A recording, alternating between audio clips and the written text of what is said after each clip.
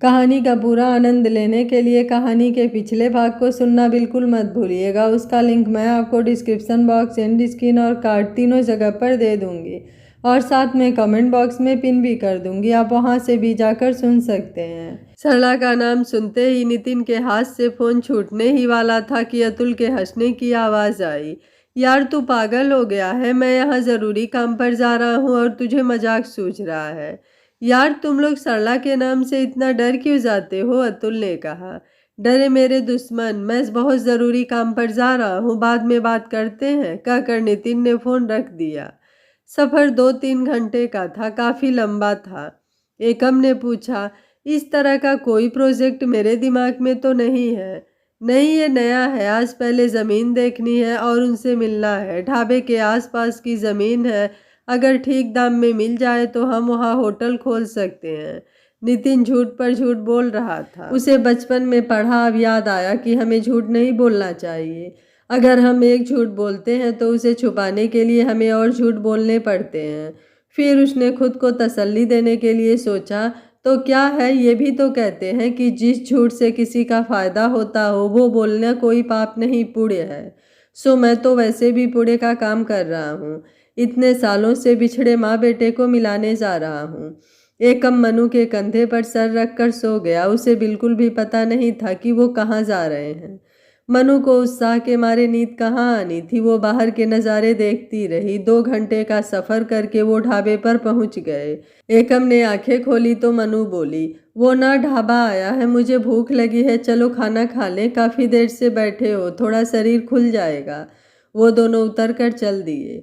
Nitin car park करने लगा। वो दोनों एक टेबल पर बैठ गए। नितिन ने कार में बैठे बैठे फ़ोन चन्नो को किया। हेलो, हाँ जी, हम ढाबे में आ गए हैं। 1 मिनट, कहाँ? ये जो एक लड़का और लड़की बैठे हैं वो? पर ये तो 2 हैं, आप तो कह रहे थे कि 3 लोग आएंगे। चन्नो ने एकम और मनु को देखकर पूछा। हाँ जी, तीसरा मैं हूँ, कार पार्क कर रहा हूँ इधर सफ़ेद कार के पास। नितिन ने उसे देख लिया था। चन्नो ने भी उसे देख लिया। बोली, अच्छा जी, मैंने देख लिया, आ जाओ आप लोग। वो काउंटर पर बैठी हैं। अंदर से भोले ने उसे आवाज़ लगाई। वो जल्दी से फ़ोन बंद करके चली गई। नितिन भी उनके पास आकर बैठ गया। नितिन ऑर्डर देने काउंटर पर गया। उसने फ़ोन पर खींची अनीता की फ़ोटो को उसके चेहरे से मिलाया। दोनों एक ही लग रही थी, बस चेहरे पर हल्की सी झुर्रियाँ और सर पर 1-2 सफ़ेद बाल आ गए थे। उसने 3 स्पेशल थाली का ऑर्डर दिया और वापस आकर बैठ गया। वो एकम का हाथ पकड़कर बोला, एकम, एक बात कहने वाला हूँ, तू सुनकर चिल्लाना नहीं, बिल्कुल नॉर्मल रहना। वो जो काउंटर पर आंटी बैठी है ना, वो मुझे तुम्हारी मम्मी जैसी लगी। नितिन बोला।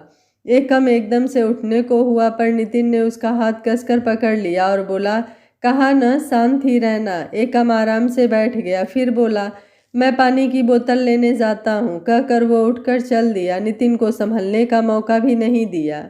नितिन भी एकम के पीछे चल दिया। मनु ने देखा तो वो भी उनके पीछे चल दी। वो नहीं चाहती थी कि एकम कुछ गड़बड़ कर दे। एकम काउंटर पर गया तो अनीता कोई सामान उठा रही थी। उसकी तरफ उसकी पीठ थी। एकम उसे देख नहीं पा रहा था। उसने कहा, जी मुझे पानी की बोतल चाहिए। अनीता ने मुंह उसकी तरफ किया तो एकम उसे देखते ही रह गया। अनीता उसे पहचान नहीं पाई पर वो उसे पहचान गया था। अनीता ने पानी की बोतल उसकी तरफ बढ़ाई लेकिन वो अनीता को देखता रहा। उसकी आंखों से आंसू बहने लगे। क्या हुआ बेटा? ये लो पानी लो, तुम्हारी तबीयत तो ठीक है? अनीता काउंटर से उठकर उसके पास आकर उसके कंधे पर हाथ रखते हुए बोली। इतने में वो दोनों भी वहां पहुंच गए। माँ, कहकर एकम अनीता से लिपट गया। अनीता को पहले कुछ समझ नहीं आया लेकिन जब उन्होंने नितिन के मुंह से एकम का नाम सुना तो वो सुन्न हो गई। उन्होंने एकम को कसकर पकड़ लिया, फिर दोनों हाथों से उसका चेहरा पकड़कर अपनी तरफ किया और बोली, तू मेरा एकम है सच्ची में? कहकर वो उसे बेतहाशा चूमने लगी। मेरा बच्चा, मेरा एकम, अपनी माँ को माफ़ कर दे, तुझे प्यार नहीं दे पाई, छोड़कर भाग आई, मुझे माफ़ कर दे।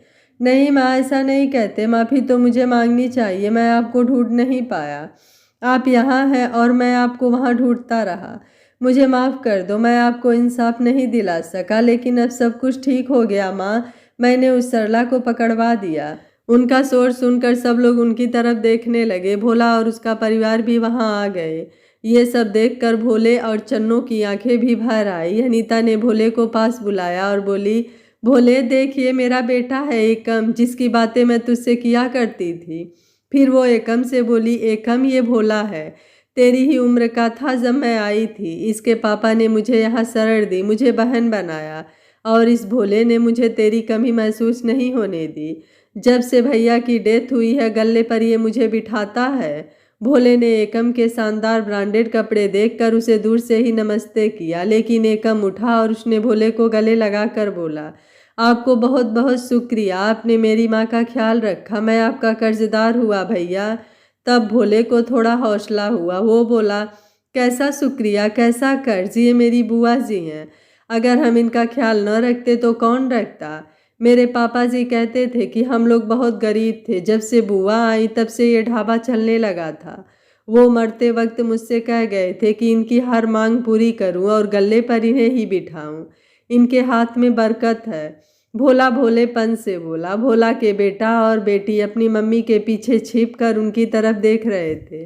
चन्नो इधर आओ बेटी, ये भोले की पत्नी और ये बच्चे राजू और पिंकी हैं, अनीता ने एकम को बताया। चन्नो रोकर अनीता से लिपट कर बोली, बुआ जी मुझसे गलती हो गई, मैंने सोचा था कि मैं इन्हें बता दूंगी तो ये बदले में मुझे पैसे दे देंगे, अपने राजू पिंकी अच्छे स्कूल में पढ़ लेंगे, पर मुझे अब एहसास हुआ कि ये आपको ले जाएंगे, फिर हमारा क्या होगा। फिर वो नितिन के हाथ जोड़कर बोली, देखिए आप बुआ को मत ले जाइए, मुझे आपके पैसे नहीं चाहिए, हम बुआ के बिना कुछ भी नहीं हैं। भोला गुस्से से बोला, तूने हमें बिना बताए फ़ोन क्यों किया। ना भोले, ये भी एक माँ है, हर माँ अपने बच्चों के बारे में सोचती है।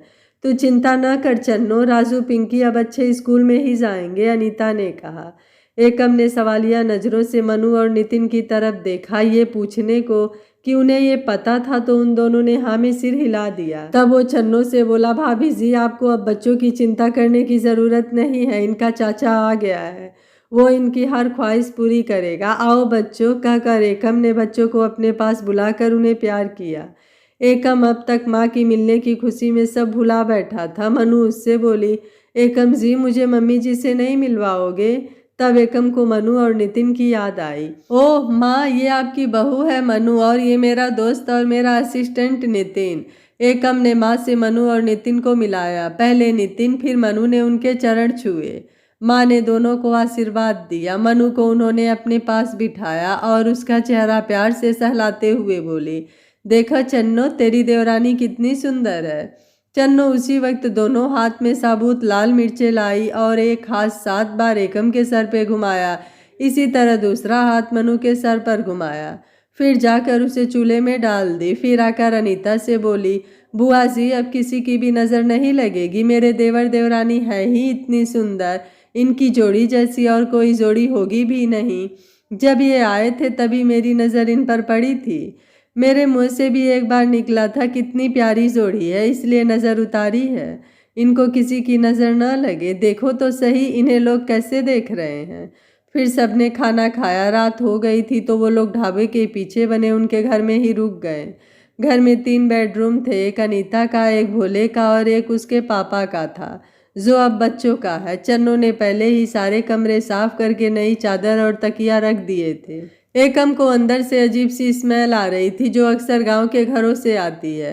वो तीनों घर को देख रहा था कि भोला बोला, ऐसा कीजिए एकम बीर जी, आप दोनों हमारे कमरे में सो जाओ, ये नितिन बीर जी बच्चों के कमरे में सो जाएंगे, हम वहाँ लिविंग रूम में सो जाते हैं। एकम और मनु थोड़ा शर्मा गए, वो तो अब तक एक कमरे में नहीं सोए थे। तो एकम बोला, कोई बात नहीं भोला, मनु मम्मी के साथ सो जाती हैं, हम दोनों बच्चों के साथ सो जाएंगे। अरे बच्चे तो हमारे साथ ही सोते हैं, कमरा तो नाम के लिए बच्चों का है, चलो ठीक है, जैसा आप ठीक समझे, भोला बोला। मैं भी बुआ जी के साथ ही सोऊंगी, इस बहाने इन दोनों से और बातें कर लूंगी, चन्नो बोली। सोने का तय हो गया तो सब बैठकर बात करने लगे। एकम बोला, माँ मैंने सोचा है कि क्यों ना हम हवेली में ये काम करें, मेरा मतलब है कि उसे अजायब घर बना देते हैं, अब हमने तो शहर में ही रहना है, हवेली की देख रेख के लिए भोले के परिवार को रख देते हैं, ढाबा खोलना हो तो वहीं खोल ले, इतनी बड़ी है। बेटा तू कह तो ठीक रहा है, लेकिन मैं कहाँ इस उम्र में इस शहर में रह पाऊंगी। बेटा तू कह तो ठीक रहा है, लेकिन मैं कहाँ इस उम्र में अब शहर में रह पाऊंगी। मुझे भी अब यही काम पसंद है, मैं यही करूंगी। क्यों भोला, ठीक है ना, चलेगा मेरे साथ? इतने साल मैं तुम्हारे साथ रही, अब तुम मेरे साथ रहना, अनीता ने पूछा। वो तो ठीक है बुआ जी, पर इस ढाबे का क्या करेंगे, इस जगह का क्या होगा? हमारा गांव है यहाँ, मैं इस जगह को कैसे छोड़ दूँ, भोला बोला। फिर ऐसा करते हैं, हम इस ढाबे को कुछ और शानदार बना देते हैं, जैसे इसे रंग करा देते हैं, फर्नीचर और बर्तन नए ले आते हैं, फिर डेकोरेशन अच्छी कर देंगे, नया सा बना देंगे, फिर दूर से देखकर न आने वाला भी खींचा चला आएगा, एकम बोला। नहीं बीर जी, मुझे पता है आप ये सब इसलिए करना चाहते हैं ना कि हमने बुआ जी को यहाँ रखा, पर मैं ये सब नहीं लूँगा। मेरी बुआ है वो, भला कोई अपनी बेटी को अपने घर रखने की कीमत लेता है? ना बीर जी ना, मैं ये पाप नहीं करूँगा, भोला बोला। नहीं भोला, ऐसा कुछ नहीं है, असल में हमारा काम ही यही है। चाहो तो नितिन से पूछ लो, हम पुरानी बिल्डिंग्स खरीद कर उन्हें नया रूप देकर बेच देते हैं। भाभी जी कह रही थी कि आजकल पहले जैसा नहीं चल रहा, इसलिए मैंने और नितिन ने गौर किया। जो मैंने तुम्हें बताया, मुझे तुम्हारे ढाबे में ये कमियां दिखी, सो भाई होने के नाते मैं भाई की मदद कर रहा हूँ। इसमें पुण्य या पाप की बात नहीं है। मैं चाहता हूँ तुम भी मेरी तरह तरक्की करो, एकम ने उसे समझाया। बोले, तू भी ना क्या क्या सोचता है, तेरे पापा भी तो 2-3 साल बाद रंग रोगन करवाते थे, फर्नीचर बदलते थे, पता है। साफ सफाई देख कर ही लोग आते हैं, गंदा पुराना सामान देखकर कोई नहीं आता। अगर हम अच्छा काम करेंगे तो आने वाले 10 बंदे को और भेजेगा। तू कुछ नहीं बोलना, एकम तेरा भाई है, जो करता है करने दे, अनीता जी बोली। भोले ने अच्छे बच्चे की तरह सर हिलाकर अच्छा कह दिया, फिर सभी सोने चले गए।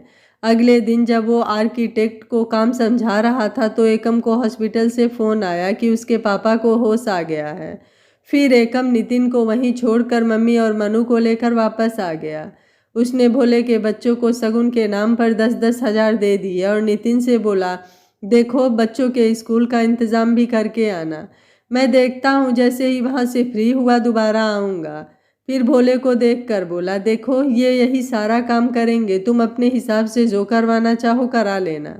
तुम्हें पता है मुझे बहुत काम है, उस सरला को कड़ी सजा भी दिलवानी है, उसके बाद मैं आता हूँ। अपना फ़ोन दो, मैं नंबर फिट कर दूँ, जब भी दिल करे फ़ोन कर लेना, मैं मम्मी को नया फ़ोन लेकर उसका नंबर तुम्हें भेज दूँगा। बोला कि आंखों से आंसू नहीं रुक रहे थे, वो एकम के गले लग गया। फिर अनीता से मिलकर बहुत रोया। अनीता बोली, तुम रो मत, अब मुझे कोई दिक्कत नहीं है, जब मेरा दिल करेगा ड्राइवर के साथ आ जाया करूँगी, तुम भी आ जाया करना। करीब 2 बजे वो हॉस्पिटल पहुँच गए। वो लोग सीधे पापा के कमरे में गए। अनीता कमरे के बाहर रुक गई, वो दोनों अंदर गए। पापा एकम और मनु को देखकर खुश हो गए। वो बोले, मुझे पता था बेटी कि तुम मुझे बचा लोगी। उस दिन के बाद तुम वापस नहीं आई तो मुझे लगा कि शायद सरला ने तुम्हें भी कुछ कर दिया। फिर इसने जब मुझे पिछली बिल्डिंग में शिफ्ट किया तो मुझे पता चल गया कि इसे तुम्हारे बारे में पता लग गया हो। एकम बेटा, आखिर आ गए तुम। बेटा तुम्हें देखने को तरस गया था मैं। बेटा तुमने भी अपनी माँ की तरह मुझ पर यकीन नहीं किया। मैंने सरला के साथ कुछ नहीं किया था। वो आरुष मेरा बेटा नहीं था। मैंने डीएनए टेस्ट करवाया था, उस सरला को पता चल गया, तब से उसने मुझ पर नज़र रखनी शुरू कर दी। मैं सोचता था कि शायद मैं तुम्हें दोबारा न देख सकूं, पर मेरी किस्मत अच्छी थी कि ये बेटी मेरे पास आ गई। उस घटिया औरत ने तो मुझे मारने में कोई कसर नहीं छोड़ी थी। पापा बोले जा रहे थे। पापा आप बोलिए मत, डॉक्टर ने आपको शांत रहने को कहा है, बस अब कुछ नहीं होगा पापा, मैं माँ को भी ले आया। एकम बोला। उसने मनु को इशारा किया तो वो बाहर से माँ को ले आई। एक दूसरे को देखकर दोनों की आंखों से पानी बह निकला। एकम मनु का हाथ पकड़कर बोला, आप लोग बात करो, हम बाहर बैठते हैं, नहीं तो डॉक्टर आकर बोलेंगे। कहकर वो दोनों बाहर आ गए। एकम और मनु के जाते ही ठाकुर विक्रम मुंह फेर कर बैठी अनीता से बोले, अनीता सरला ने मुझे बहुत ढंग से अपने करीब लाने की कोशिश की, लेकिन मैं उन लोगों में से नहीं हूँ जो अपना वादा भुला दूँ। अनीता उस रात भी इसने मुझे कुछ पिला दिया था, मुझे कुछ याद नहीं रहा, पर मुझे भी उसी दिन इस बारे में पता चला जब इसने तुम्हें उस दिन वो सब कहा। मुझे याद न होने की वजह से मैं चुप था। मैं चाहता था कि मैं अपनी बेगुनाही को सबूत ला कर फिर तुम्हें बताऊंगा, पर तुम पहले ही वहाँ से चली गई। इसने ऐसे जाल बुने कि मुझे इससे शादी करनी पड़ी। इसने मेरी उस रात की बिन कपड़ों की तस्वीर दिखाकर मुझे ब्लैकमेल किया। मुझे लोगों की परवाह नहीं थी, पर मैं नहीं चाहता था कि एकम मुझे गलत समझे। बस इसलिए मैं उसकी बात सुनता रहा। मैंने ये भी जान लिया था कि आरुष मेरा बेटा नहीं है, पर तब उसने मुझे कमरे में बंद कर दिया। इतना कहकर ठाकुर खांसने लगे। देखिए, आप कुछ मत बोलिए, आपको खांसी आ रही है। डॉक्टर, वो डॉक्टर को बुलाने बाहर जाने लगी, पर ठाकुर ने उसकी बांह पकड़कर कहा, अनीता, एक बार कह दो तुमने मुझे माफ कर दिया। हाँ, मैंने आपको माफ किया, अब आप चुप हो जाइए प्लीज। एकम, वो भाग कर एकम को बुलाने गई। एकम पहले ही डॉक्टर को ले आया था। डॉक्टर अंदर आए, उन्होंने चेक किया। वो बोले, इन्हें हार्ट अटैक हो गया, सॉरी, ये अब नहीं रहे। सुनकर अनीता एकम से लिपट गई और रो पड़ी। माहौल गमगीन हो गया। हवेली में कई दिन तक मातम होता रहा। हर तरफ ये बात फैल गई। सरला को जब ये पता चला तो वो बहुत हंसी। अब उसे कोई बचा नहीं सकता था। पुलिस ने ठाकुर के होश में आते ही उनके बयान ले लिए थे। उनके बताई जगह से सारे सबूत हासिल कर लिए थे। उन्हीं में से कुछ कागजों में ठाकुर चरण सिंह के खिलाफ भी सबूत थे। वो और उसके बेटे सरला के साथ मिलकर अमीरजादों को ड्रग्स सप्लाई करते थे। ठाकुर विक्रम ने उनकी बातचीत की रिकॉर्डिंग और वीडियो रिकॉर्डिंग की हुई थी। पुलिस ने उन्हें भी पकड़ लिया। अब इनके पकड़े जाने से अमीरों में होती रही पार्टियों का भी पता चला। बहुत से नेता, बिजनेसमैन और एक्टर इस केस में पकड़े गए। सरला पागल हो गई थी, वो सबको फंसा रही थी। दिव्या उससे अपने तरीके से पूछ रही थी, वो लाशें किसकी है? वो मेरे बेटे आरुष की है। वो ठीक था, बस वो एकम बनना चाहता था। मैं पागल थी, मैंने उसे अपने धंधे में शामिल किया। वो कॉलेज में अपने दोस्तों को ड्रग्स देता था, कब खुद भी लेने लग गया मुझे पता ही नहीं चला। फिर वो इतना ज़्यादा नशा करने लगा कि पागल हो गया। मुझे नहीं पता था कि ये सब होगा। जब ठाकुर जी को ये सब पता चला तो उन्होंने मुझे डराया कि वो मुझे पुलिस में पकड़ा देंगे। तब मैंने आरुष से कहकर उन्हें कैद कर लिया और उनसे मिलते जुलते डील डॉल वाले आदमी की लाश को ठाकुर की लाश कहकर लोगों को यकीन दिला दिया कि ठाकुर चल बसे। आरुष ने उस लता को मार डाला। वो पागल हो गया था, वो लाश उठाने नहीं दे रहा था। मैं खुद उठाने चली गई, उस कमीने ने मुझ पर ही हाथ डाल दिया, तब मैंने उसे मार दिया। हाँ, मैंने उसे मार दिया। वो जोर जोर से हंसने लगी, फिर एकदम से रोने लगी। पर मेरी बच्चियों का कोई कसूर नहीं है, उन्हें कुछ मत कहना। अब तुम्हें अपनी बेटियां याद आई हैं। जब ये सब गलत काम कर रही थी तब बेटियां याद नहीं आई? अच्छा, वो ऋचा का क्या किस्सा है? क्या वो भी तुम्हारे कामों में शामिल है? दिव्या बोली। ऋचा का नाम सुनकर सरला हंस दी, फिर बोली, पागल लड़की थी वो भी, एकम के पीछे दीवानी थी। मैंने उससे एकम से शादी कराने का लालच देकर कई गलत काम करवाए। बड़े ठाकुर की शर्त के मुताबिक जायदाद एकम के नाम तब हो सकती थी जब वो ठाकुर चरण सिंह की बेटी से करते। ऋचा मेरे साथ बड़ी बड़ी पार्टीज में जाती थी। मेरे कहने पर वो कई बड़े बिजनेसमैन के साथ रात भी गुजारी, इसलिए मुझे उसकी ज़रूरत थी। एकम की शादी को लेकर मैंने उसे कह दिया कि जायदाद मिलते ही उनका तलाक हो जाएगा और तुमसे उनकी शादी हो जाएगी। वो मान भी गई। फिर मनु और एकम के बीच दरार डालने के लिए मैंने मानसी, अरे नहीं नहीं, मनु के आने के अगले दिन ही मनु के सामने उसे नाटक करने को कहा था, जिससे मनु को लगे कि एकम उसे नहीं ऋचा को पसंद करता है। दूसरी तरफ एकम को ये बता दिया कि उसकी शादी मानसी से नहीं, उसकी नौकरानी मनु से हुई है। इन सब में तुम्हें क्या मिला? दिव्या ने पूछा। एकम मेरी हर बात मानता था। मैं नहीं चाहती थी कि वो एक दूसरे को पसंद करे, नहीं तो एकम मेरे हाथ से निकल जाता। सरला बोली। ऋचा अब कहाँ है? सरला बोली। वो एक पार्टी के दौरान ज़्यादा नशा कर लिया, जिस वजह से वो मर गई थी। सरला बोली। क्या तुम लोगों को किसी के जान की कदर है भी? किसी की भी जान ले लेते हो। उसकी लाश कहाँ है? दिव्या ने गुस्से में पूछा। पता नहीं, उस ठाकुर चरण सिंह के बेटों का काम था। जो उस पार्टी के दौरान मरता था उसकी केयर वो करते थे।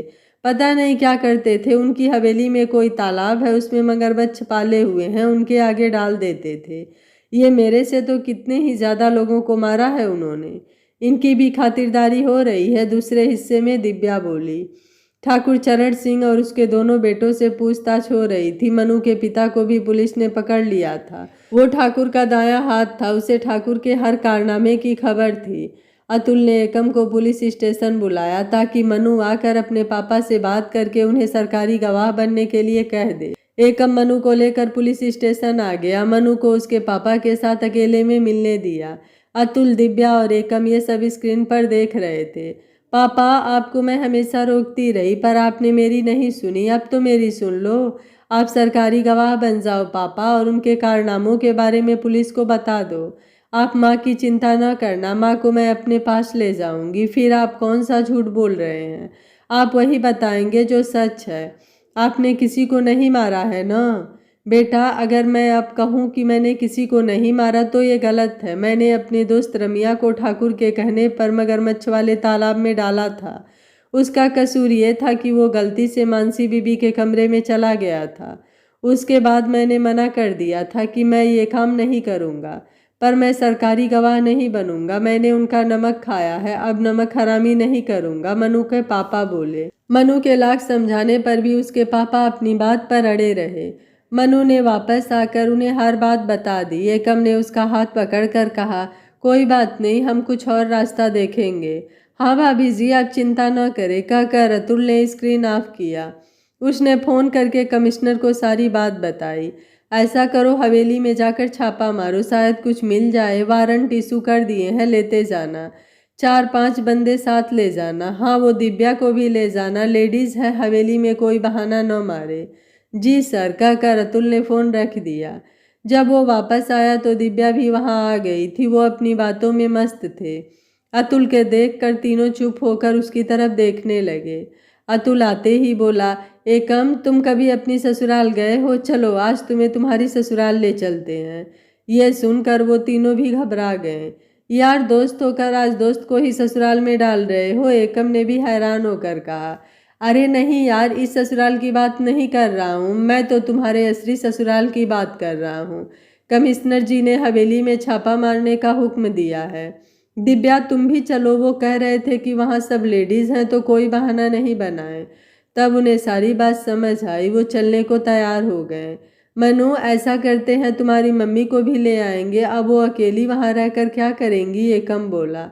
हाँ, ये ठीक रहेगा, वो भी हमारे साथ रह लेंगी। आधी से ज़्यादा उम्र उन्होंने गुलामी में गुजार दी, अब बची जिंदगी तो चैन से गुजर जाए, मनु बोली। वो लोग 2 गाड़ियों में गए। एकम, मनु एक कार में और दिव्या, अतुल 3 पुलिस वालों के साथ जीप में। जैसे जैसे वो नज़दीक जा रहे थे, मनु का मन बेचैन हो रहा था। एकम ने कार चलाते हुए उसकी तरफ देखा और कहा, घबराओ मत, सब ठीक होगा। जीप में अतुल और दिव्या आगे बैठे थे, बाकी पीछे। अतुल कुछ गुनगुना रहा था, सुनकर दिव्या बोली, अच्छा गाते हो, कभी कोई गाना सुनाओ। तुम एक बार हाँ तो करो, मैं तो रोज़ गाना सुनाऊँ, अतुल बोला। अतुल, ये सब तुम मजाक में कहते हो या तुम सच में मुझे चाहते हो? दिव्या ने पूछा। दिव्या, जब तुम मेरे एहसास को, मेरी फीलिंग्स को नहीं समझ सकी तो तुम मेरे बताने से क्या समझोगी? अतुल बोला।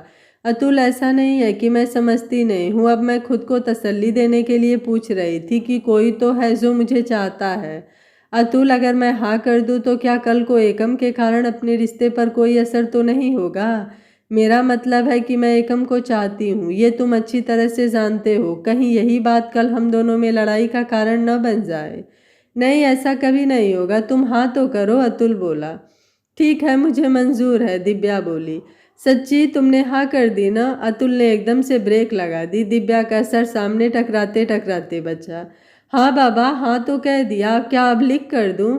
अच्छा तुम ऐसे मत देखो, मुझे शर्म आती है। अब जल्दी चलो, जिस काम के लिए आए हैं पहले वो खत्म करो, दिव्या बोली। वो लोग वहाँ पहुँच गए। उन्हें गेट कीपर ने रोक लिया। तब गेट कीपर ने फ़ोन पर मालकिन से पूछा तो मालकिन ने कहा कि आने दो। वो अंदर आए तो उन्हें इज्जत से लिविंग रूम में बिठाया गया। मनु ने नौकर से अपनी माँ के बारे में पूछा। वो बोला, वो तो बहुत दिन से बीमार है, हवेली में आई ही नहीं। ये सुनकर मनु अपने घर की तरफ भाग ली। एकम भी उसके पीछे चल दिया।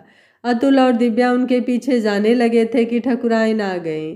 ठकुराइन उनके पास आकर बैठी। अतुल और दिव्या ने उनसे सवाल शुरू कर दिया। मनु भागकर अपने छोटे से 2 कमरों के घर में आई। अंदर माँ बुखार में तप रही थी। माँ बिस्तर पर लेटी थी। बेटी को देखकर उठने लगी, लेकिन उठा नहीं गया। माँ, ये क्या हाल बना रखा है, आपने दवा नहीं ली? मनु उन्हें गले लगाकर बोली। उसकी मम्मी उसे गले लगाना भी चाहती थी, पर बीमारी के डर से उसे दूर करती हुई बोली, बेटी दूर रह, कहीं तू बीमार ना हो जाना, जा जाकर हाथ धो ले, मैं नहीं चाहती कि तू बीमार हो। माँ कोई बात नहीं, कुछ नहीं होता, मैं हाथ धो लेती हूँ। वो जल्दी से हाथ धो आई, तब तक एकम भी अंदर आ गया था।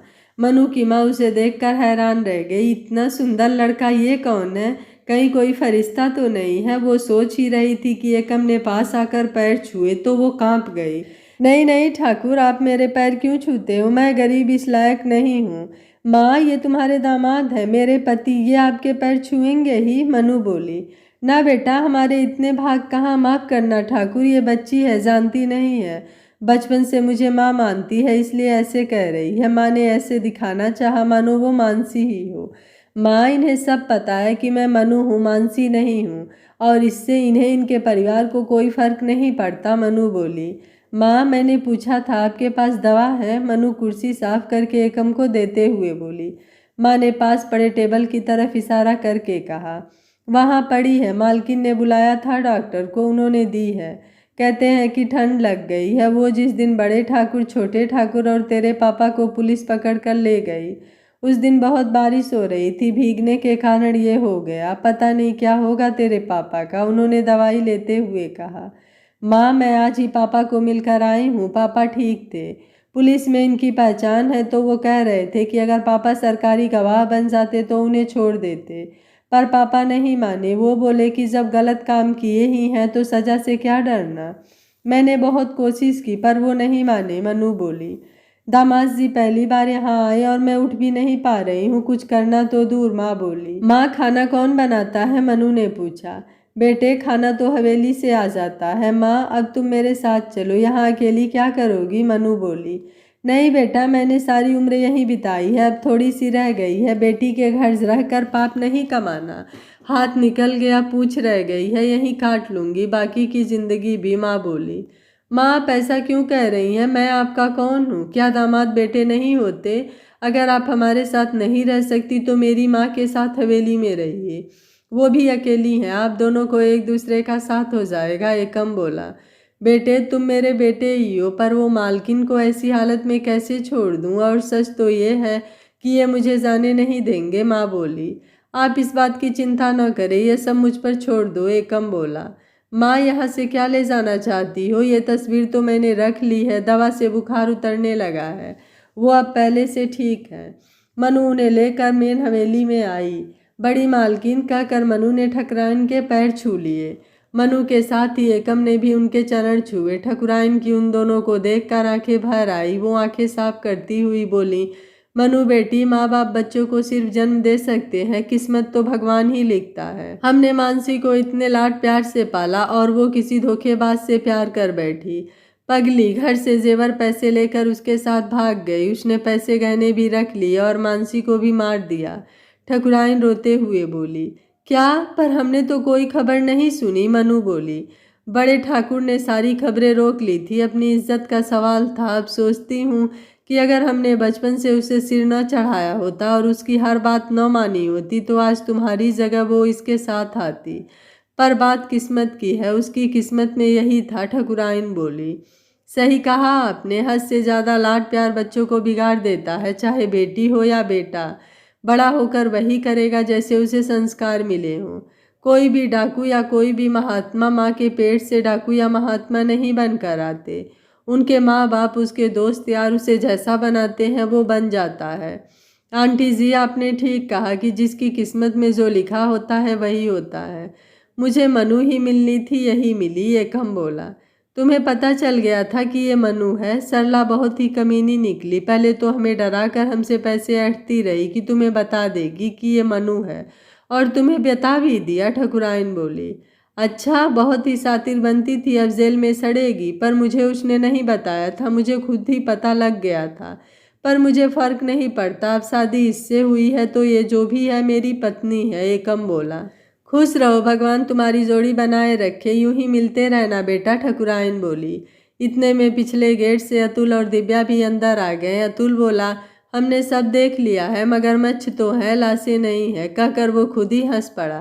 दिव्या ने सामने उन लोगों को खड़े देखा तो उसके पैर पर किक मारी, वो चुप हो गया। देखिए बाहर तो कुछ भी आपत्तिजनक नहीं मिला, बाकी अब हमें अंदर की जांच करनी पड़ेगी, अतुल बोला। नमस्ते आंटी जी। मनु, तो ये तेरी मम्मी है? दिव्या ने पूछा। अतुल ने भी उसे नमस्ते कहा। उसकी मम्मी शर्म से सर झुकाए जा रही थी। माँ, ये अतुल जी हैं और ये दिव्या दीदी हैं, दोनों एकम जी के दोस्त हैं, मनु बोली। ठकुराइन ने हैरानी से उसकी तरफ देखा, फिर मनु से बोला, बेटा अगर ये जान पहचान वाले हैं तो इनसे कहो कि चाय तो पी लें, इन्हें हम पर भरोसा नहीं है। नहीं आंटी जी, बात भरोसे की नहीं है, असल में ये ड्यूटी के वक्त ऐसे किसी के घर चाय नहीं पी सकते, और वो भी मुजरिम के घर पर तो बिल्कुल नहीं। ये इनके रूल्स के खिलाफ है, मैं इन्हें फोर्स नहीं कर सकती। हाँ, मैं और एकम जी पी लेंगे, मनु बोली। चलो ठीक है फिर, कहकर उन्होंने नौकर को 4 कप चाय बनाने को कहा। आंटी जी, वो हम माँ को अपने साथ ले जाना चाहते हैं, अब यहाँ अकेली रहकर क्या करेंगी, मनु बोली। अकेली कहाँ, मैं हूँ ना यहाँ पर। फिर मनु की माँ की तरफ देख कर बोली, तुम जाना चाहती हो? अब मेरा कोई नहीं रहा, न बेटी न बेटा, इतनी बड़ी हवेली में बिल्कुल अकेली रह गई हूँ मैं। अब तुम भी जाना चाहती हो? तुम मेरे लिए रुक जाओ, तुम्हारे बहाने मनु मुझे भी मिल लिया करेगी। मुझे लगेगा कि मेरी मानसी मुझे मिलने आ गई है, अब यही मेरी मानसी है, कहकर उन्होंने मनु को गले लगा लिया। दिव्या और अतुल के साथ चलकर ठकुराइन ने ठाकुर की स्टडी रूम चेक करवा दी। अतुल ने वहां से कुछ जरूरी कागजात जांच के लिए रख लिए।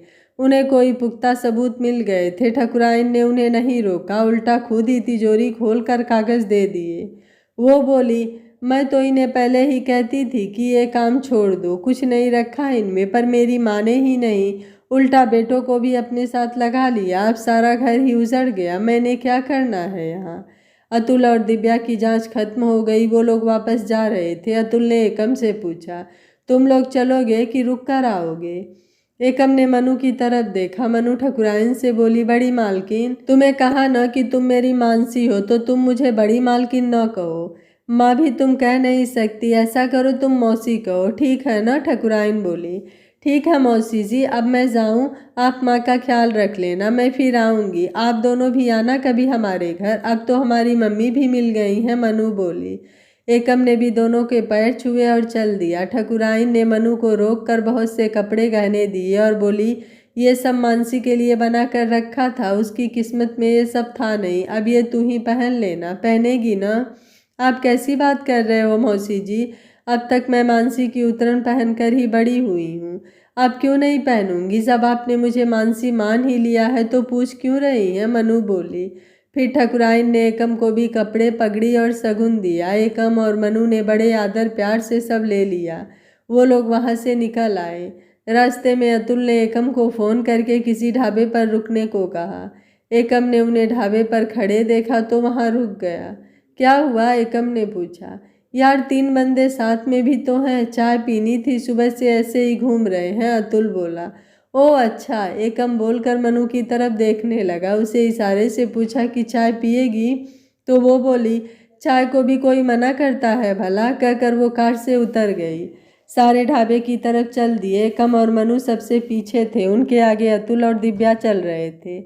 एकम उन्हें गौर से देखा, उसे उन दोनों में कुछ गड़बड़ लगी। उसने मनु से पूछा, मनु ज़रा देखना, आज इन दोनों में कुछ गड़बड़ सी लग रही है, ये दोनों आज लड़ नहीं रहे। आप भी बस कैसी बातें कर रहे हो, अगर लड़ नहीं रहे तब तो अच्छी बात है, मनु बोली। अरे तुम्हें इनके बारे में नहीं पता है ना, ये जब लड़ते हैं तब नॉर्मल होते हैं, ऐसा लग रहा है इनमें कुछ हुआ है। एकम उन्हें कई सालों से जानता है, इसलिए एक नज़र में जान गया कि कुछ गड़बड़ है। वो लोग ढाबे में चाय पीने लगे। तीनों पुलिस वाले अलग अलग टेबल पर बैठे थे। ये चारों एक टेबल पर। दिव्या, अतुल इनके सामने बैठे थे। अतुल उसके लिए समोसा खोलकर ठंडा कर रहा था। एकम को बड़ा अजीब लगा और हद तो तब हो गई जब दिव्या ने मुस्कुराकर समोसा ले लिया। तब एकम से रहा नहीं गया, उसने पूछा, तुम दोनों मुझे बताओगे कि चल क्या रहा है? आजकल तो फॉग चल रहा है, अतुल ने हंसते हुए कहा। जनाब बात मत बदल, तुम दोनों में क्या चल रहा है, एकम ने पूछा। अतुल ने दिव्या की तरफ देखा और इशारे से पूछा कि क्या करूं? तब उसने इशारा किया कि बता दो। तब अतुल बोला, एकम, दिव्या ने आज मुझे हाँ कर दी है। क्या सच में? एकम ने कहा। सच्ची? मनु दिव्या की तरफ देखकर बोली। हाँ, मैंने सोचा आखिर कब तक इसे ना कहती रहूंगी, तरस खाकर हाँ कर दी, दिव्या हंसते हुए बोली। एकम बोला, भाई फिर तो पार्टी हो जाए। जरूर, यारों से प्यारी थोड़े है, पार्टी कर लेते हैं, अतुल बोला। एकम ने फ़ोन निकाला, उन दोनों की फ़ोटो खींचकर ग्रुप में डालकर कैप्शन लिखा, कपल। फ़ोन में मैसेजों की भरमार हो गई। शिवम बोला, ये इन्होंने कब हुई, बेचारा अतुल, और कहकर हंसने लगा। शिवम के बच्चे तेरी तो, दिव्या ने कहा। सच में फंस गया बेचारा, नितिन बोला। तुम लोगों को तो आके बताऊंगी, दिव्या बोली। आप लोग ऐसा क्यों कह रहे हो, दिव्या दी इतनी अच्छी है, मनु ने कहा। हाँ भाई, इसका दिव्या दीदी को कुछ मत कहना, एकम बोला। अरे वाह, देखा अतुल, बस यही हाल तेरा होना है, शिवम ने बोला। हद हो गई, कैसे कमीने यार हैं। एक ने भी बधाई नहीं दी, अतुल बोला। चलो बहुत बहुत बधाई, दिल तो था कि हमें कोई नई भाभी मिलती, नितिन ने कहा। हाँ चलो, कांग्रेचुलेसन, शिवम बोला। थैंक यू कमीनो, अतुल ने कहा। थैंक यू दिव्या, एक ग्रैंड पार्टी चाहिए, शिवम बोला। जल्दी करना, नितिन ने कहा। ओके अतुल। फिर सब चल दिए, वहाँ से सब अपने अपने घर चल दिए। एकम अपनी हवेली में माँ के पास ही आ गया। तीनों ने रात का खाना साथ ही खाया। माँ, आज हम मनु के घर जाकर आए हैं, इसकी मम्मी से मिले थे, सब ठीक है, एकम बोला। तभी आज कुछ उदास सी है मनु। होता ही है, माँ से मिलकर दिल तो दुखता ही है, कहकर उन्होंने मनु को गले लगा लिया। अब माँ अकेली ही रह गई। मैंने कहा यह कि मेरे साथ चलो, पर वो नहीं मानी। कहती हैं कि मैं वहीं ठीक हूँ। फिर ठकुराइन जी भी कहने लगी कि अगर माँ चली गई तो वो अकेली रह जाएंगी, तो हमने उन्हें वहीं छोड़ दिया, मनु बोली। बेटा, सबके साथ यही होता है, अपनी घर अपनी ज़मीन छोड़ना बहुत मुश्किल होता है। जैसे एक बूढ़े पेड़ को अगर उखाड़ कर कहीं और लगाओगे तो वो मुरझा जाएगा, नहीं लगेगा। इसी तरह बड़े बुजुर्ग अपना घर छोड़कर कहीं नहीं जा सकते। कुछ ये भी है कि जहाँ हम इतने सालों से रह रहे होते हैं, हमें उस जगह की आदत हो जाती है, वहाँ के लोगों से लगाव हो जाता है, सब सुख दुख के साथी बन जाते हैं। नई जगह पर उन्हें सब बेगाना लगता है। अब मैंने भी तो इसीलिए शहर जाने से मना किया है, मेरा वहाँ मन नहीं लगेगा, मम्मी ने समझाया। ये बात तो है मम्मी जी, एकम बोला। 5 साल बाद सरला को उम्र कैद हो गई। ठाकुर चरण सिंह और उनके दोनों बेटों को भी उम्र कैद हुई, जबकि उन्होंने बहुत अपील करी कि उन्होंने खुद कोई कत्ल नहीं किया। अभी ऊपरी अदालत में केस चल रहे थे। मनु के पापा को 10 साल की सजा हुई। एकम ने हवेली को अजायब घर बना दिया था। उसकी मम्मी अब साथ की छोटी हवेली में रहने लगी थी। उन्होंने हवेली के एक हिस्से में रेस्टोरेंट खोल लिया था, जो कुछ ही दिनों में फेमस हो गया था। हर रोज हजारों लोग हवेली आते। एकम ने भोले का ढाबा भी नया बनाकर दे दिया। उसका ढाबा अब बहुत चलने लगा था। एक दिन उसने एकम को फ़ोन किया। हेलो वीर जी, सब ठीक है? आप, भाभी जी और बुआ जी? हाँ सब ठीक है, तू बता कैसे हैं सब? राजू और पिंकी से तो बात होती रहती है, एकम बोला। वीर जी, 5 साल हो गए, आप कब हमें ताया ताई बनाओगे? कब तक राजू और पिंकी से खेलते रहें? चन्नो ने भोले से फ़ोन छीन कर कहा। भाई, हमारी तरफ से तो कोई कमी नहीं है भाभी जी, भगवान की मर्जी पर डिपेंड करता है, अब तो जब वो दे दे, एकम ने कहा। चलो कोई नहीं वीर जी, जब रब की मर्जी होगी दे देगा। ये आप इनसे बात कर लो, मरे जा रहे हैं आपसे बात करने को। चन्नो ने हंसते हुए भोने को फ़ोन दे दिया। वीर जी, मैं कह रहा था कि अब मेरा काम बहुत चलने लगा है, मैंने साथ वाली ज़मीन भी खरीद ली है। आपसे एक विनती है, अब आप बच्चों का खर्च देना बंद कर दो, उनका खर्च अब मैं उठा सकता हूँ, मैंने इतना पैसा क्या करना है। नहीं भोला, जो हम कर रहे हैं करने दे, बाकी चल ऐसा करना, तू हमारे बच्चों पर खर्च कर देना। दोनों हंसने लगे। फिर इधर उधर की बातें करके उसने फ़ोन रख दिया। तभी मनु अंदर आई। अब वो एकम की सेक्रेटरी थी। उसने एकम को हंसते देखा तो पूछा, क्या बात है, आज अकेले में मुस्कुरा रहे हो? कहीं किसी से इश्क तो नहीं हो गया है? इश्क तो जिससे होना था हो गया, वो तो भोला भैया का फ़ोन आया था, उन्हीं की बात पर मुस्कुरा रहा था। वो कह रहे थे कि राजू और पिंकी का खर्चा वो खुद उठा सकते हैं, इसलिए हम न दें। तो मैंने भी कह दिया कि वो तो मैं बंद नहीं करता, तू अपना पैसा हमारे राजू पिंकी पर खर्च कर लेना। उसकी बात सुनकर मनु का रंग पीला पड़ गया। वो अपना सर पकड़कर गिर गई।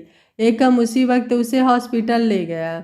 शिवम की वाइफ डॉक्टर नेहा ने बाहर आकर कहा, मुबारक हो एकम, वो माँ बनने वाली है। शिवम ने, जो उसके पास ही खड़ा था, उसे गले लगाकर बोला, बहुत बहुत बधाई हो, अब तुझे भी पापा कहने वाला कोई आ गया। एकम की खुशी का ठिकाना नहीं रहा था। वो अंदर मनु के पास गया और उसे गले लगा लिया। दोनों बहुत खुश थे। शिवम और नेहा ने कुछ देर उन्हें अकेले रहने दिया। उनके बाहर आने पर दोनों ने मनु को बधाई दी। तब नेहा ने उन्हें समझाया कि क्या करना है क्या नहीं करना है, क्या खाना है क्या नहीं खाना है। नितिन को अब कंपनी में डायरेक्टर की पोस्ट दे दी थी। वो अतुल से फ़ोन पर बात कर रहा था कि उसकी सेक्रेटरी ने आकर बताया कि मनु को कुछ हो गया है और एकम उसे लेकर हॉस्पिटल गया है। तो उसने अतुल को बताकर फ़ोन बंद कर दिया और हॉस्पिटल भाग गया। उधर अतुल ने दिव्या को कहा कि मैं जा रहा हूँ तो वो भी साथ हो ली। नेहा ने सब कुछ समझकर जब वो वापस आने के लिए बाहर निकले कि वो तीनों उन्हें दरवाजे पर मिल गए। क्या हुआ भाभी को? नितिन बोला। अब कैसी है? अतुल ने कहा। क्या हुआ मनु, ठीक तो है? दिव्या ने कहा। सबके चेहरे बता रहे थे कि सब उसके लिए चिंतित थे। मनु शर्मा गई और एकम ने कहा तुम दोनों चाचा बनने वाले हो। सुनकर सभी खुश हो गए। घबराहट वाले चेहरे अब खुशी में बदल गए थे। सबको कब से मनु के मां बनने का इंतजार था। सबने उसे बधाई दी। दिव्या और अतुल की शादी को 3 और शिवम नेहा की शादी को 2 साल हो गए थे, पर उन्होंने तय किया था कि एकम मनु के बच्चा होने के साल बाद ही वो बच्चा पैदा करेंगे। मनु ने दिव्या को बहुत कहा था कि तुम पैदा कर लो, वो भी मेरा ही होगा, पर वो नहीं मानी थी। मनु की आंखों में आंसू थे। उसने भगवान का शुक्रिया अदा किया कि उसे इतना प्यार देने के लिए। सब लोग एकम के साथ उसके घर आ गए। दिव्या बोली, एकम अब ये काम नहीं करेगी, इसे रेस्ट करने दो, काम से मेंटली और फिजिकली थकान होती है। दिव्या बोली, हाँ मैं देख लिया करूँगा, इन्हें रेस्ट करने दो। नितिन बोला।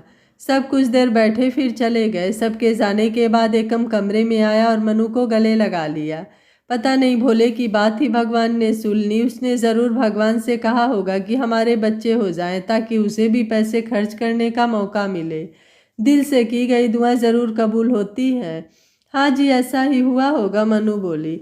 चलो तुम रेस्ट करो, कुछ भी करना तो ध्यान से करना, जैसे नेहा ने समझाया है। चलो तुम रेस्ट करो, कुछ भी करना तो ध्यान से करना, जैसे नेहा ने समझाया है वैसे ही करना। मैं जाकर काम देखता हूँ, कहकर अगम ने उसका माथा चूम लिया। उसने नीचे आकर नौकरों को उसका खास ध्यान रखने को कहा, फिर अपनी कंपनी की तरफ चल दिया।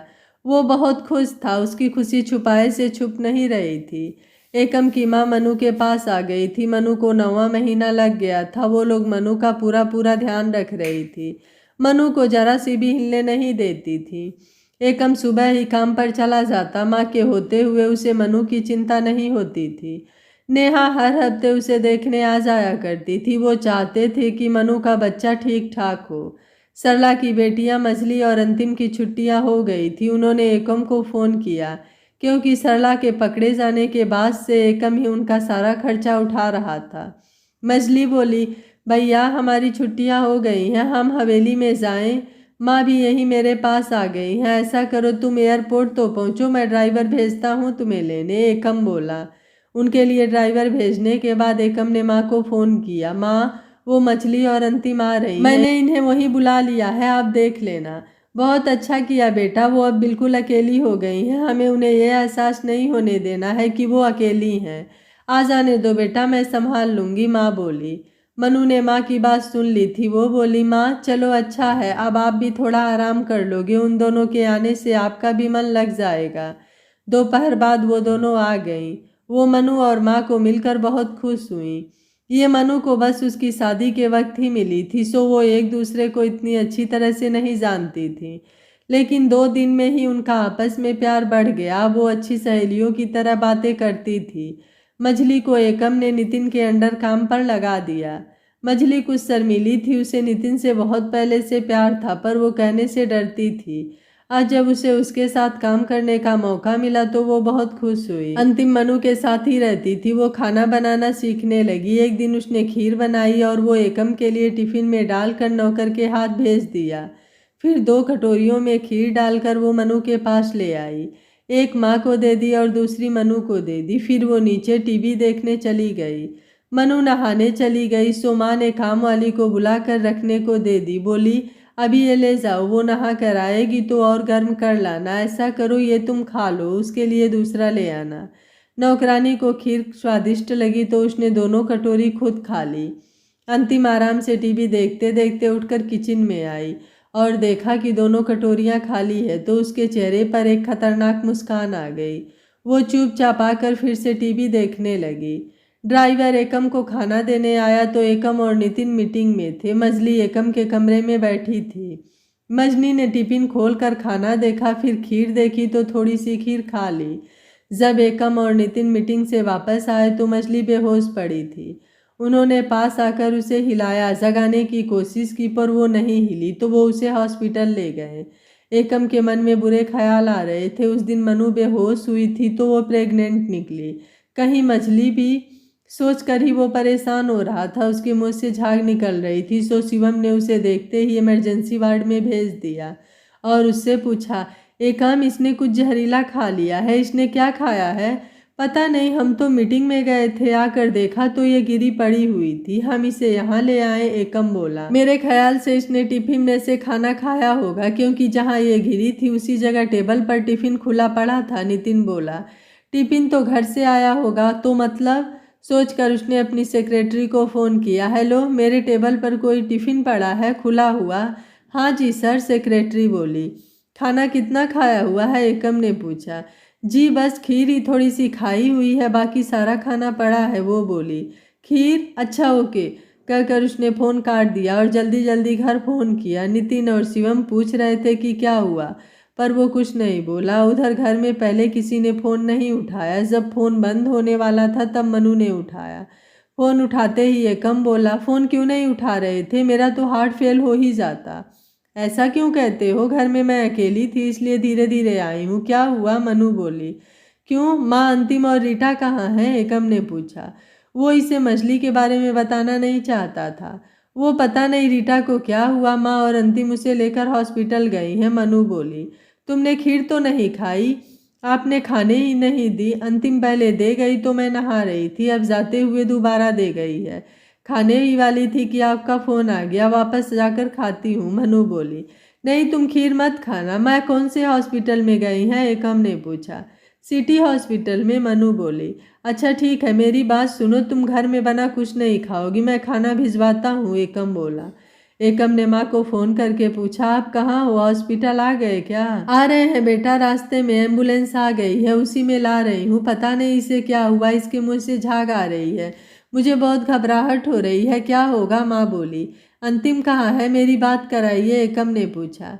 एम्बुलेंस के आने पर वो वापस चली गई। सियानी है, कहती है भाभी अकेली है, मैं उनके पास जाती हूँ, माँ ने बताया। सुनकर एकम घबरा गया। उसने अंतिम को फ़ोन किया। हेलो अंतिम, तुम कहाँ हो? मछली हॉस्पिटल में है, पता नहीं उसे क्या हो गया। हम मीटिंग में गए थे, पीछे से उसने टिफ़िन में से खाना ही खाया था कि बेहोश हो गई। हम उसे सिटी हॉस्पिटल ले आए हैं, जल्दी आ जाओ, उसकी हालत ख़राब है, कहकर उसने फ़ोन बंद कर दिया और नितिन से कहा, नितिन मैं घर जा रहा हूँ, मनु अकेली है, उसे कुछ हो न जाए, तुम यहाँ ध्यान रखना। और हाँ, अतुल या दिव्या को फ़ोन कर दो, कहकर वो भागता हुआ लिफ्ट में चला गया। अंतिम मछली के बारे में सुनकर परेशान हो गई। ये कैसे हो गया? उसने ड्राइवर से कहा, सिटी हॉस्पिटल चलो।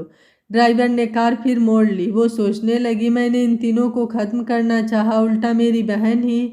नहीं, उसे कुछ नहीं हो सकता। उसे सोच सोच कर गुस्सा आ रहा था। मनु ने उसका सारा परिवार खत्म कर दिया, उसकी माँ को जेल करा दी। वो मनु को गालियाँ निकालती हुई सोच रही थी, मनु मैं तुम्हें और तुम्हारे बच्चे को ख़त्म कर दूंगी, जिंदा नहीं छोड़ूंगी। उसने मनु को फ़ोन किया। हेलो भाभी, मैं आपके पास आ रही थी, वो अभी एकम भैया का फ़ोन आया था, कह रहे थे कि मछली दीदी को कुछ हो गया है, उनकी जान खतरे में है, कह रहे हैं शायद वो अब न बचे। भाभी आप चिंता मत करना, कहकर उसने फ़ोन बंद कर दिया। ये सब सुनकर मनु को घबराहट होने लगी कि मछली का क्या होगा। टेंशन की वजह से उसके पेट में दर्द होने लगा। उसने अपने पेट पर हाथ रखा। मनु दर्द के कारण और घबरा गई। उसने एकम को फ़ोन किया। एकम कार चला रहा था। उसने फ़ोन उठाकर ऑन किया और बोला, हेलो मनु, क्या बात है? वो, एकम जी मेरे पेट में बहुत दर्द हो रहा है, लगता है इसे आने की ज़्यादा ही जल्दी है, अभी कुछ दिन पड़े हैं, ये पहले ही हमसे मिलना चाहता है, मुझे बहुत डर लग रहा है, मैं अकेली हूँ, क्या करूँ? आह, मनु ने दर्द से कराहते हुए बोला। मनु हिम्मत रखो, डरो मत, सब कुछ ठीक ही होगा, मैं आ रहा हूँ, बस तुम हौसला रखो। अच्छा, मैं दोबारा फ़ोन करता हूँ, कहकर उसने एम्बुलेंस के लिए फ़ोन किया। फ़ोन करने के बाद उसने अपनी पड़ोस की आंटी के घर फ़ोन किया। जिनका नंबर उसने कुछ दिन पहले ही मनु के कारण ले लिया था। फ़ोन उठाते ही वो बोला, हेलो, हाँ जी, मैं आपका राइट साइड घर वाला पड़ोसी एकम बोल रहा हूँ। हाँ जी साहब, मैं मैडम को बुलाती हूँ। फ़ोन नौकरानी ने उठाया। सुनो सुनो, उन्हें आप खुद ही बता देना मेरी पत्नी प्रेग्नेंट है, उसे दर्द शुरू हो गए हैं और वो घर पर अकेली है। मैं आ रहा हूँ, आप लोग प्लीज उसके पास चले जाइए, एकम ने रिक्वेस्ट करते हुए कहा। जी साहब, मैं अभी मैडम से कहती हूँ, कहकर वो फ़ोन बंद करके चली गई। उसने अपने मालकिन को बताया तो वो उसी वक्त नौकरानी को लेकर एकम के घर चली गई। एकम ने उनसे बात करके फिर मनु को फ़ोन किया। हेलो मनु, बाहर का दरवाज़ा खोल लो, मैंने एम्बुलेंस और पड़ोसन आंटी को फ़ोन कर दिया है, वो आते ही होंगे। मैं भी कुछ देर में पहुंच जाऊंगा। हाँ, फ़ोन का स्पीकर ऑन कर लो, फ़ोन बंद मत करना। मनु ने उठकर दरवाज़ा खोला। वो मुड़ी ही थी कि वो आंटी आ गई। उन्होंने आते ही मनु को कहा, हम आपके पड़ोसी हैं, आपके पति का फ़ोन आया था तो आए हैं। आप बैठ जाइए, क्या करना है इसे बता दीजिए, ये कर देती है। जी नमस्ते, मुझे पानी पीना है, मनु बोली। नौकरानी जल्दी से पानी ले आई, उसने मनु को दिया। मनु ने थोड़ा सा पिया, बाकी छोड़ दिया। दोनों उसके पास बैठ गई। आंटी पाठ करने लगी और नौकरानी उसके पैर दबाने लगी। कुछ देर में एम्बुलेंस आ गई। अभी वो सामान रख ही रहे थे कि एकम भी आ गया। उसने आंटी जी और नौकरानी को थैंक यू कहा। आंटी बोली, बेटा, पड़ोसी इसलिए होते ही हैं कि ज़रूरत पड़ने पर काम आ सके। भगवान ठीक ठाक सब कर दे, आराम से जाना बेटा। वो उसे हॉस्पिटल ले आए। नेहा पहले ही वेट कर रही थी। उसके आते ही उसे अंदर ले गए। मछली अभी खतरे से बाहर थी, पर अभी वही एडमिट थी। अंतिम को अब चैन आया। उसे गुस्सा आ रहा था कि उन तीनों को कुछ नहीं हुआ, उल्टा मछली की जान पर बन आई। उसने मछली के माथे पर टॉवेल फेरा, फिर उसे गले लगाकर बोली, दीदी, आप भी मुझे छोड़कर जा रही थी? अंतिम, तूने खीर में क्या डाला था? मछली ने पूछा। दीदी, मैंने जहर डाला था, मुझे नहीं पता था कि आप खा लोगी, नहीं तो मैं कभी नहीं भेजती, अंतिम बोली। जब मैंने तुम्हें मना किया था तो क्यों ये काम किया? तुम्हें पता है ना कि हम किसी का बुरा करते हैं तो भगवान हमारा उससे दुगना बुरा करता है। भैया, भाभी और मम्मी ने पिछले 5 सालों में हमें इतने प्यार दिया, तुम सब भूल गई? अगर भैया हमें उस कॉलेज से निकाल कर बाहर पढ़ने न भेजते तो पता है हमारा क्या होता? अरे पगली, चुड़ैल भी साथ घर छोड़ देती है, और तुमने, कहकर मछली रो पड़ी। अंतिम को भी अपनी गलती का एहसास हो गया। वो रोते हुए बोली, दीदी सॉरी, बहुत बड़ी गलती हो गई। मैं मम्मी की बातों में आ गई, मैंने इन चारों को ख़त्म करने की सोची। भगवान मुझे माफ़ कर देना प्लीज़ भगवान, भाभी और बच्चे को कुछ ना हो। अंतिम रोते हुए बोली। भाभी को क्या किया तूने? मछली ने टेंशन में पूछा। माँ बाहर मछली की खबरसार लेने आई थी। वो ये सब सुनकर एक बार तो घबरा गई, पर फिर अंदर आ गई।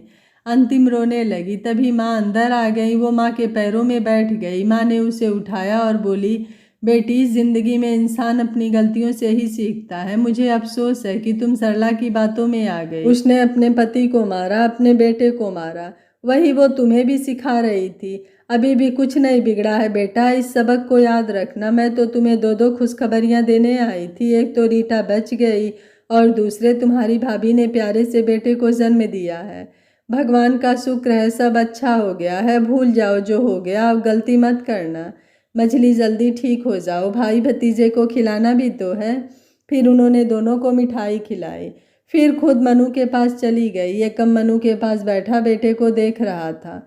वो इतना छोटा सा था, एकम उसे उठाता हुआ डर रहा था। उसने बच्चे को छेड़ने के लिए हाथ लगाया तो उसने उसकी उंगली पकड़ ली। एकम बहुत खुश हुआ। वो बोला, देखो मनु, इसने मेरी उंगली पकड़ ली। इतने में शिवम वहाँ आ गया। उसने आते ही उसे उठा लिया और उसे खिलाने लगा। शिवम, इससे अपना मुंह दूर रखना, नेहा बोली। क्यों? शिवम उसे किस करते हुए बोला। अरे नेहा से बेहतर कौन जानता है कि तेरे मुंह से स्मेल आती है, नितिन बोला। आय हाय, और कह भी कौन रहा है, देख लो, जिसकी शक्ल को देखकर लड़की ना कर जाती है, मुंह की स्मेल तक तो बात ही नहीं पहुंचती, शिवम बोला। अरे चुप कर, हमें पता है कैसे नेहा से हाँ करवाई है, बात करता है मेरे मुंह लगने की, नितिन बोला। चलो तुम लोग लगे रहो, इसे मुझे दे दो, दिव्या ने बच्चे को पकड़ते हुए कहा। अतुल ने बच्चे को देखा और उसे खिलाने लगा। लो, एक और आ गया काके, ये तेरा ताया है, ये हम सबसे बड़ा है, शिवम बोला। अच्छा, 1 महीने बड़े को कोई बड़ा कहते हैं क्या? अतुल बोला। भाई, चाहे 1 मिनट ही बड़ा हो, बड़ा तो बड़ा होता है, नितिन बोला। चलो ठीक है, मैं तो बहुत खुश हूँ, जो मर्जी कह ले, मेरा बेटा है ये, अतुल बोला। तेरा ज्यादा है क्या, हमारा भी तो बेटा है। क्यों नितिन, शिवम बोला। फिर तीनों बच्चों को घेर कर खड़े हो गए। अच्छा बता किसका बेटा है, अतुल बोला।